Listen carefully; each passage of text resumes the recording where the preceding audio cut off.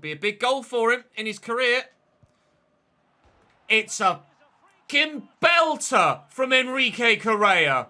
Hey guys, welcome back to the Barcelona Rebuild Career Mode here on FIFA 22. Thank you for all of your support on the opening transfer window episode yesterday. Very much appreciate that. Please do continue to hit the thumbs up button if you're enjoying this save. We could hit again over 1,000 today. That'd be absolutely superb as we look to crack on into the second half of the transfer window and of the season. Do want to say quickly as we're heading into this one though, thank you to Charlie for rejoining the Patreon and to Alan for joining it for the very first time and for the kind message as well. I appreciate both of you very much indeed and all of you that are still contributing to the Patreon each month. It really does help keep things going here on the channel, so thank you very much for that. We will hopefully be back streaming within the next couple of weeks or so as well, so that's certainly something to keep an eye out for. Also, and in the last episode, I want to say thank you for reminding me to actually take Coutinho off my list. When I was taking everybody else off, that we moved on in the last episode, I forgot to take Coutinho off. So our current running total is 122.9-ish million euro a year. So we're only about 26 million euro away from being under the wage cap, which is going to be absolutely fantastic. Now, I am going to try and renegotiate with a couple of the elder statesmen, as you guys have requested, to try and get them to take a little bit of a wage cut. We'll do that after the end of this January transfer window. But, of course, as things stand, we don't have ourselves a position underneath the wage budget, meaning I'm not allowed to sign anyone else until we're under that wage budget. We've got a few people here that might be half decent, perhaps. See, 75 to 94 potential, that says to me that he needs a position change. So we'll wait and see on that front. But that's for 400k, that's not too good, and that's not too good. We haven't had massive amounts of luck with the youth system so far, but there is plenty of time for that to come to fruition for us. So we're not overly fussed at the moment. Of course, this is still season 1. It's not going to be a massively long save. Again, he could be pretty over 5'8". What's the betting? He's actually down as like a CDM, and he's going to be good as a centre mid. We'll wait and see. We'll wait and see. Again, 60. We'll give these guys another month. That, though, is a definite no. But like I say, this isn't going to be the sort of series that runs for 7 or 8 seasons.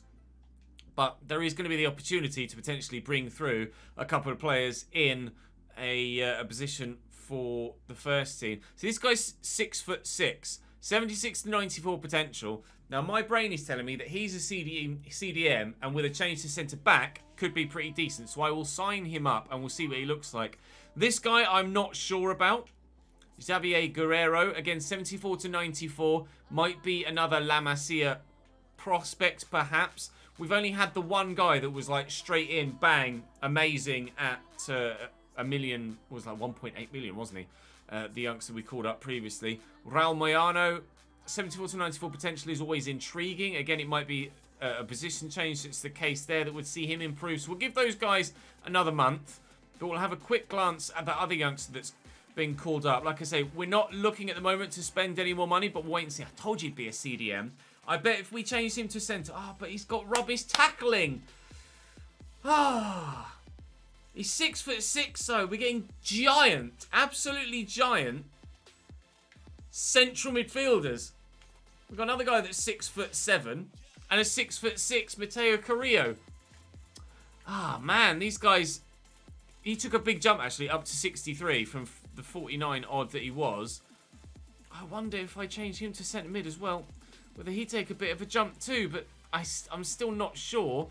If they had great defensive stats, then they'd probably be really, really good to move to a centre-back. But moving them to centre-mid, I just don't think is actually going to see them grow enough to be able to have a chance of getting into our first-team squad. Duarte is still looking like he could be pretty damn decent, though, so I'm hoping to get him some first-team football in some lesser important games, especially with the Copa del Rey, hopefully on its way soon as well. But you can see that the squad is a lot thinner than it was. We're needing some players to regain some fitness, but thankfully there is some time until the next game. The next game is midweek against Vallecano, and then we've Deportivo Alaves at the end of the month, and I'm still not sure when the first round that we're involved in the Copa del Rey will come. It might actually be this week, and we will have 3 games to play in today's episode. I'm not sure. We find ourselves 4 points off top of the table. However, we're also only 3 points away from 4th. We've had a much better start to the season than we expected.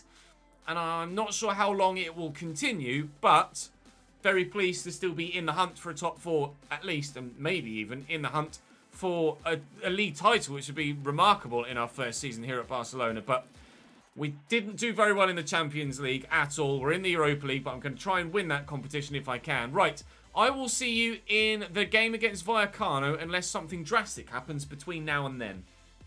Vallecano with a rather typical 4-2-3-1 formation, as you can see. Dimitrievski, Baliu, Hernandez, Catena and Garcia as their back four. Comisania and Sis in their midfield with Isi, Marcolans and Falcao. Yes, Radamel Falcao at cam with a certain Randy and Tekka up top. Fans of the Chesnoid FC Creator Club career mode earlier on this year will certainly know all about him. Vallecano are rock-damned bottom of the table. Sergio Roberto's in at right back for a slightly tired Mingueza, as you can see. Ansu Fati has returned from injury, but he's not yet available for selection, so it won't be long till Ansu Fati works his way back towards the starting lineup, or certainly onto the bench at the very least. Let's see if we can get a performance and a result here against Vallecano to match our decent season so far. Ferran Torres in behind. Both Eric Garcia and Ferran Torres, both former Manchester City players, of course. Ricky Puig across the Memphis Depay. Bit of space for the shot. Oh, so close to an opening goal. Down off the crossbar. The wrong side of the line as far as we're concerned. And out again. Definitely the closest either side have come so far. Needs some good dribbling footwork from a number of players here. We've gotten it so far. Memphis Depay out wide to Jordi Alba. I think it's just gone offside there, Pedri, by the time I committed to the pass. No surprises, though. A yellow card for Pat Assis for that late challenge, is all we'll say. On the counter we come. Ricky Puig out to Sergio Roberto. A bit of a heavy touch, but never mind. Memphis, excellent footwork again. Frenkie, we used Jordi Alba first.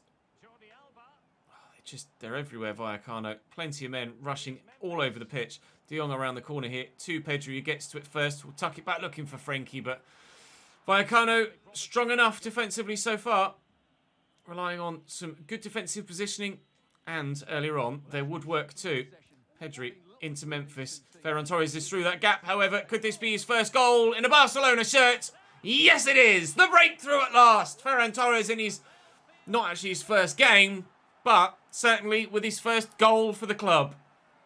Well worth the 65-odd million euro that we paid for him. Baliu over the top. Defensive line not really showing much of a line there, actually. Isi could work this forward. That's a hell of a through ball to Randy and Tekka, and to Stegen saves it with, I think, his hip. Randy almost coming back to haunt me there. We'll have a look at the replay. Yeah, just his left hip or lower midriff getting the ball away from the big Frenchman up top. Making two changes. Ferran Torres off and Ousmane Dembele on. Actually, three changes, sorry. Duarte is coming on for the very first time. And Nico Gonzalez comes on for Sergio Busquets. We only have a narrow 1-0 lead. But to this point, I felt pretty confident, that we have the competence in the side to be able to hold on to the 1-0 lead. Although, after committing to those substitutions, they then created that chance with Randy and Tekka that basically just shit me up, making me think I've made the wrong decision. Lovely footwork from Frenkie de Jong. He sends the defender. Ousmane Dembele could look for Duarte maybe on the edge of the box, but Baliu intercepts well. Nico Gonzalez is going to have his work cut out against Radamel Falcao, but I have faith in the youngster to be able to deal with everything that the experienced Colombian will throw at him. Win that, please. Well done. We'll try and hold on to our 1-0 lead for now, but I think if we are able to grab a second, then that will almost certainly be game over. 1 minute added on at the end of the game. We're probably not even going to see the ball work its way towards goal, or maybe we will. Bit of space has opened up here for Duarte. Can he score his first goal for Barcelona? Not even close. Ha ha! For a moment, we nearly had another La Masia prospect burying the ball into the back of the net, but unfortunately not this time. Glad I didn't need to get the goal on that occasion to ensure that we got the victory. We do win by a 1-0 against Vallecano. Not the most straightforward of games in the end, but I think the scoreline probably flatters them. We were certainly a little bit more dominant than the overall 1-0 scoreline makes or says. And Manchester United have made an approach for Ousmane Dembele on a pre-contract. Finally, it looks like he will be on his way out. Right, up next, Alaves away. We're now 2 points off Real Madrid at the top of the table. It's getting closer and closer. Deportivo Alaves up next. Alaves' starting lineup is a full 3-3 on this occasion, quite defensive as well, with Pina sat there in that holding role. Silveira, let me try that again. Aguirre Gabiria. Martin at right back. LaGuardia at centre back. Leuna as well. Obviously, former Newcastle centre back. Ruben Duarte at left back. Thomas Pina in there. Pelistri is a decent player. Perapons is half decent too. Manu Garcia. Victor Claesson on the left hand side. And then Jose Luis and Martin Mato or Joselu up top for them. They are 18th in the table and also threatened with relegation. A couple of changes to my starting lineup as well. You see Correa gets the nod at striker. Gavi starts on the left-hand side of the midfield three in place of Frenkie de Jong. And Sergio Roberto is at left back on this occasion as Mingueza's back at right back. But this time it was Jordi Alba that was struggling a little bit for some stamina. It's been a busy season so far here at Barcelona. Plenty of games played, but plenty of experience earned by young players and plenty of growth from said young players as well, and hoping that that can continue with this fixture again. And fingers crossed, another set of 3 points. We do have the... Oh, we get... That's a bit harsh to foul him for that. I stumbled over him and just fell over the man that was on the floor. We do have the players that we've taken out of the starting lineup, those more experienced players available on the bench, should the situation not go our way in this fixture. But I'm pretty confident that we should be able to get the result regardless of slightly less experienced, less talented starting 11. Gavi draws the save from Silveira, but no goal. Ferran Torres with the delivery. Got plenty of tall people in here. We'll try and get that towards Correa, who's won it well, but it's gone over the bar. Corner for Alaves in the 14th minute. Manu Garcia to deliver. It's a decent delivery. Ferran Torres does well to get up to that. Pelistri will lay it across here to Leun. Perapons, Leun, he's certainly not going to be scoring any worldies, isn't he? That's really well worked, however. And Joselu sees his shot saved by Marc-Andre ter Stegen to deny Alaves a 1-0 lead. It's a good delivery again. For a second time, we rely well on Ferran Torres to get rid of it. Pelistri gets that out to Manu Garcia. Floated in, the defender should win this. It's actually Busquets. Can Pedri get to that? Just play on. Now all of their defenders are back in position, frustratingly. But it's Alaves that has shown the most intent to this point in trying to get forward and score an opening goal. Fingers crossed it won't be long before we actually do score the opening goal, let alone the intent to do so. Ricky Puig, perhaps I played an extra pass too many there and should have taken a shot with the youngster. Busquets intercepts that well. Gavi, Correa, Pedri, well blocked and cleared half away. Ricky Puig, Pedri again, trying to dig it out. Took an age to actually take the shot. Ricky Puig won that header well, but we're going to get a free kick there for a handball. We are. Really good position for a free kick. Who can take them?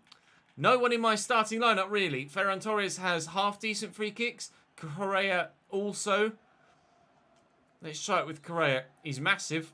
Let's see if we can get it up and down. 21 yards out. Would be a big goal for him in his career. It's a belter from Enrique Correa. He doesn't necessarily have the stats, but that was unbelievable. It was to pure shot power that got it over the line, off the post. Enrique Correa earning these starts at the moment, because that was a cracking finish.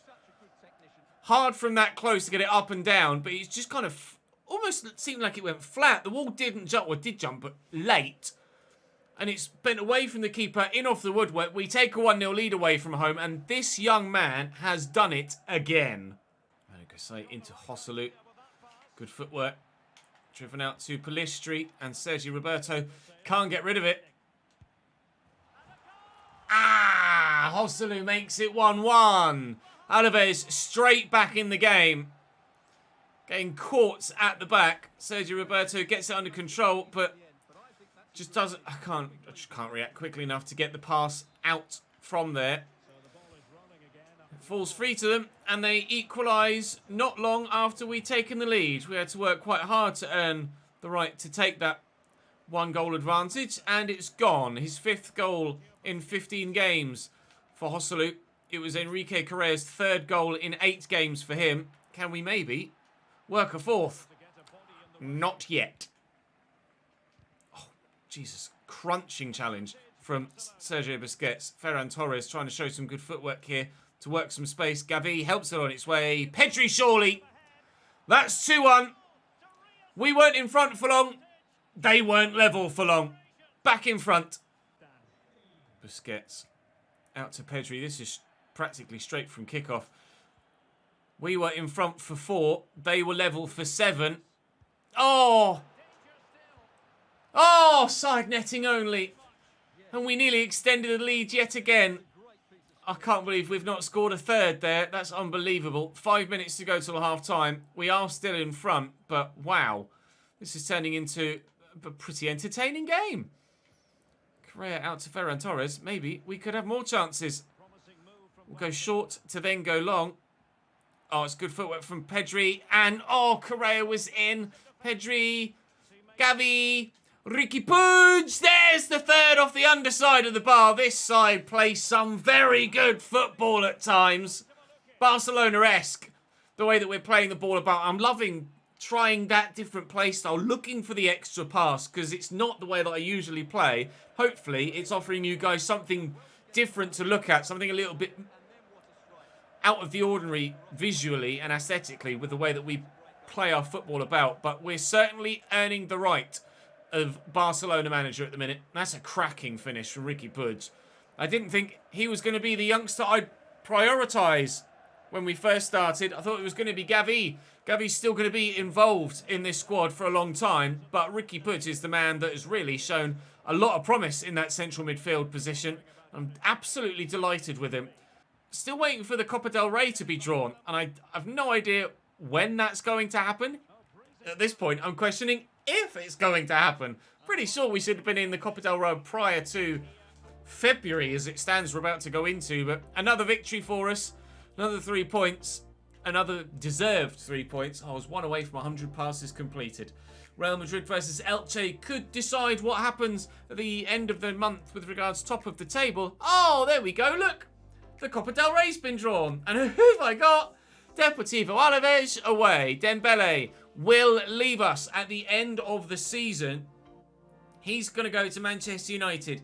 He's finally on his way out. Thank the Lord for that. So Ousmane Dembele will leave us, and that will free up another large chunk of funds next season. Right, we will sim this game against Deportivo Alaves. Last time we got a 3-1 win. Whoa! 4-4? 4-4? We threw on pens, thankfully. Jordi Alba, then Silla. Then De Jong, then Silla again 5 minutes from time. Extra time. Ivan Martin, then Pedri. Silla, then Memphis. Silla with a hat-trick. We had to rely on Depay in the 116th minute to take it to pens. And we win by 5 goals to 4. Well, that wasn't as straightforward as I expected it to be after that previous league game. But through to the next round of the Copa del Rey we are. And Memphis Depay is out, suspended for a game now, having picked up too many yellow cards. Well, I never. Not how I expected that to go. Next episode is going to be pretty busy tomorrow with February, especially as we imagine we're going to get a Copa del Rey round added in here as well. Although, to be fair, I can probably quite safely sim both of the Europa League fixtures. So perhaps it's not going to be quite as busy as expected. Prize money has been drawn, €666,000. Thank you very much indeed. Oh, Jesus. No, that's going to be today, is it? Betis away now. Okay, well, another game to be played then. Because we'll play... Betis is going to be a more difficult fixture, I feel. So, let's go and play Real Betis then before we end the month. A loan offer for Nico Gonzalez from Leicester, which we will reject. Short-term loan, but we'll reject. And Mateo Carrillo has now completed his positional change. And he's 62 rated at centre mid. Yeah, I don't think either of these guys really are going to make the... They're going to cut the mustard, are they? We'll try and continue to train him. They're both training in the central midfield development plan, but doesn't look like either of them are going to be any good. Well, an unexpected third played game that Depay can't start in. But actually, Ferran Torres can go up top, and it means that Ansu Fati can come back into the fold. So We're quite happy with that, actually. We'll try and get Ansu Fati back involved. No, he's still not fit. Okay. Oh, it's not going to let me take Depay out, is it?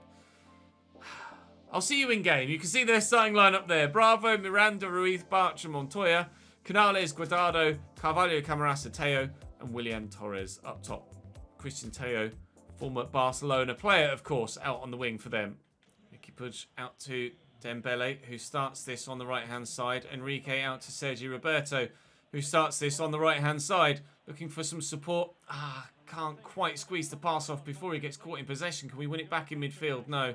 Busquets getting played around. And now Sergi Canales will come forward for them. Betis certainly will be a stronger challenge than Deportivo Alaves in our last game. Camarasa getting away from me there. Strong challenge by Piqué, who's into the starting lineup for this one. Christ knows what that pass was, and Christian Teo could set up a goal against his former team, but ter Stegen makes the save. I don't know what was going on there. Joaquin to deliver the ball into the middle from the corner. Araujo is up.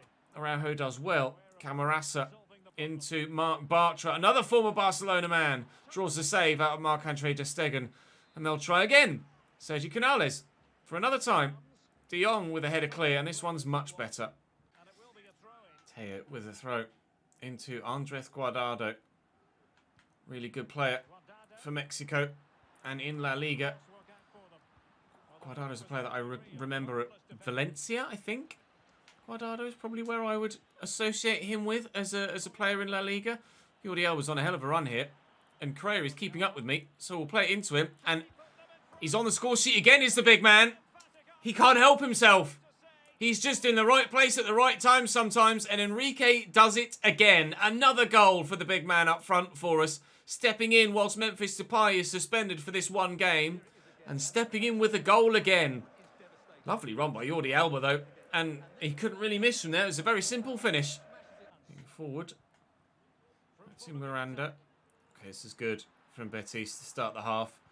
Delivery in. Piqué's there. He can only flick it on to Busquets, but flick it on and away from danger we have done. And Ricky Puig is going to take advantage of the lack of defensive awareness from Sabali there. Didn't see the man running off the side of it. And Enrique's in again. And Enrique will score again. I'm starting to really love this kid. He's absolutely deadly sometimes. Enrique at it again. We lead by 2. Miranda down the line. Christian Teo forced backwards and then forwards again. Miranda into Guardado. Nico Gonzalez will come across here to try and deal with the Mexican. Miranda has the option down the line. Sergio Roberto's there, but it's not the first time today that Sergio Roberto's taken a touch and then can't get his feet sorted in time to actually get rid of the ball. That will just be simple for the keeper, thankfully. And our result will stay relatively safe for now. Nice ball into Frenkie de Jong. Made some changes in midfield. Nico Gonzalez is on now, as well as Gavi.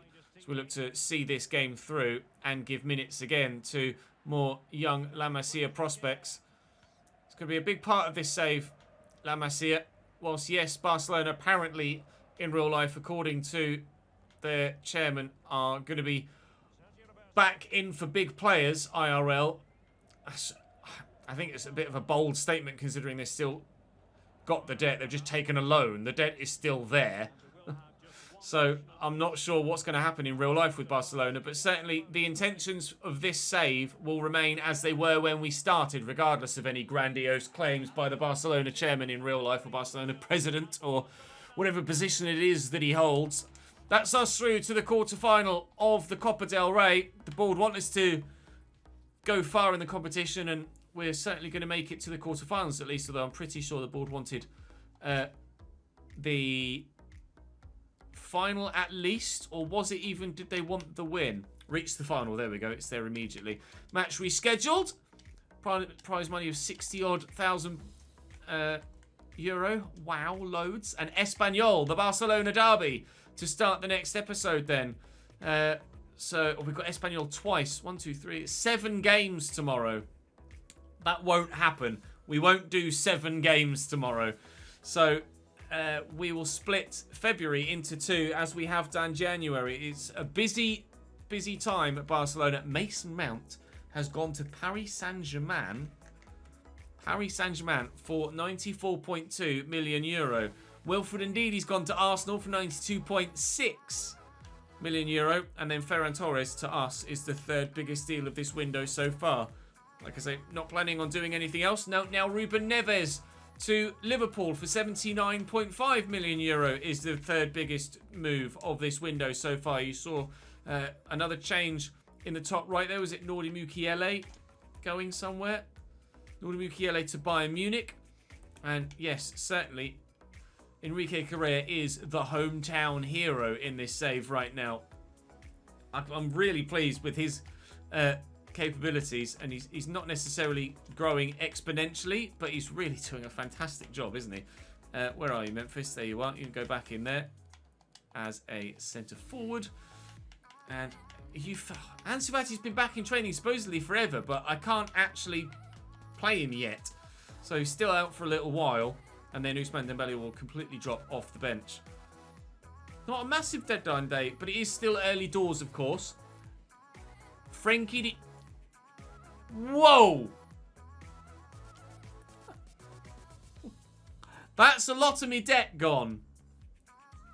But Frenkie is one of our best players. Oh, I just crushed my leg against my desk. Frenkie's one of our best players, and it's not that much overvaluation, to be honest. I will reject. Financially, we've made really, really good progress this season. I don't feel like we need to accept a bid like that for the sake of accepting it, just because our finances are in a bit of a poor position. If you guys think I should be accepting bids like that, or negotiating them a little bit higher and just shifting some of the debt, then let me know. But I think, personally, at the minute, I don't feel like I want to accept bids like that, because I don't think we need to. Everything seems to be going on track so far with our debt reduction. If that halts over the next season or so, then maybe we'd have to think about selling on another big player. But we've sold on a number of big players already this season, and I don't think we need to sell everybody. Sergio Roberto has had his release clause met by Borussia Dortmund with an hour to go.